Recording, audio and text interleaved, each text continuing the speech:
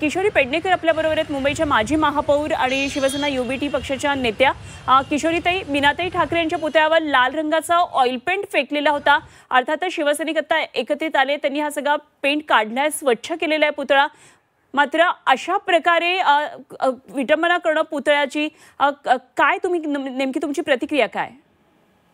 एक तर शिवाजी पार्क हे फार गजबजलेलं ठिकाण आहे आणि पोलिसांची सतत गस्त तिथे चालू असते आणि तरी एवढं कोणी जे धाडस केलंय, म्हणजे पोलिसांचा डोळा चुकून, लोकांचा डोळा चुकून, ते सीसी कॅमेऱ्यामध्ये आपल्याला दिसेलच।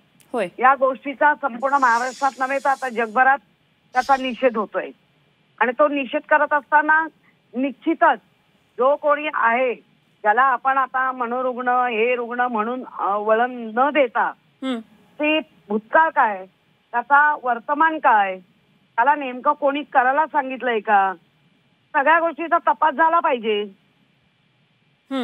आणि सैनिकांची माती भडकवून नेमका फायदा कोणाला होऊ शकतो, काय होऊ शकतं, या पण गोष्टी बघायला पाहिजे। काही यामागे काही राजकीय हेतू असू शकतो का, काय आपल्याला वाटतंय? नाही, आता तरी मी ह्या गोष्टीवर असं बोलणार नाही, कारण जोपर्यंत त्याचा तपास लागत नाही, ज्यांनी कोणी केलाय तोपर्यंत हे राजकीय आहे। परंतु इतकं मात्र नक्की आहे की महाराष्ट्रामध्ये जी एक राज्याची दहशत असायला पाहिजे सरकारची, ती मात्र कमी झालेली दिसते। त्यामुळे कोणी उठतं, काही करतो, कोणी कोणाला काही बोलतं, म्हणजे कुठेच आब राखली जात नाही, ना स्त्रियांची आब राखली जात आहे, ना पदाची ना कशाची। किशोरीताई, काही वेळापूर्वी आम्ही गृहराज्यमंत्री योगेश कदम यांच्याबरोबर बोललो आणि त्यांनी या पुतळ्याची आठवण सांगितली की त्यांच्या वडिलांनी हा पुतळा या ठिकाणी बनवून घेतलेला होता आणि राज्यामध्ये दोनच ठिकाणी माँसाहेबांचे पुतळे आहेत, एक म्हणजे त्यांच्या घरी त्यांच्या गावी आणि दुसरा म्हणजे हा सगळ्यात महत्त्वाचा जो खरं तर सगळ्याच शिवसैनिकांसाठी अत्यंत आधाराचं आश्रयस्थान असलेला माँसाहेबांचा पुतळा। तेव्हा निश्चितच त्यांच्यासाठी सुद्धा ही तितकीच धक्कादायक घटना होती। पोलीस तपास सुरू आहे, कधी शोध लागेल सांगता येत नाही, मात्र निश्चित कारवाई होईल असं ते म्हणालेले आहेत। त्यांना आठवण आहे हे फार मोठंच, कारण ते आठवणीच्या पलीकडे गेलेली लोक आहेत, पण आठवण आहे ही दाखवली। आता स्वतः त्या खात्याचे मंत्री आहेत, जितका लवकर होईल तेवढा त्यांनी तपास करून लोकांसमोर आणलं पाहिजे नक्कीच पथदर्शक कोण आहे।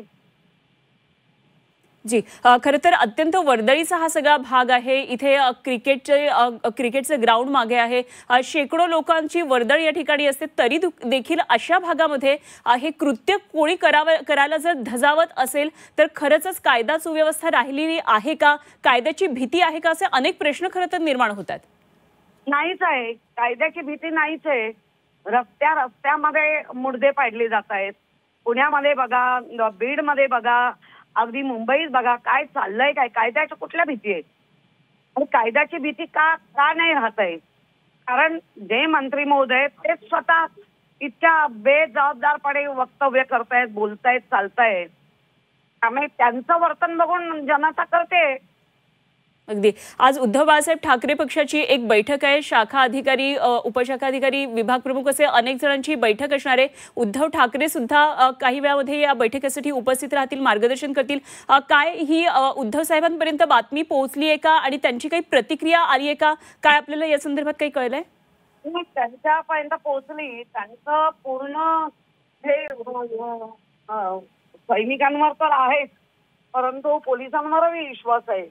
आम्ही त्यांनी असं सांगितलंय सगळ्यांना, तोपर्यंत पोलिसांचा पूर्ण रिपोर्ट येत नाही तोपर्यंत आम्ही तर आमचा मानचं शुद्धीकरण करून घेतलेलं आहे आणि उद्धवजी नक्की याच्यावर बोलतील, परंतु लगेच बोलणं थोडं, पोलिसांकडनं काय रिपोर्ट येतोय, नक्की हे सगळं घडवून आणल्यानंतर काय घडलंय किंवा घडल्यानंतर कोणाला फायदा होईल, सगळ्या गोष्टीचा विचार विनिमय पोलिसांचा घेतल्यानंतरच ते बोलतील। ठीक, धन्यवाद, आपण बोललात झी 24 तासकडे आपली ही सविस्तर प्रतिक्रिया दिलीत त्याबद्दल।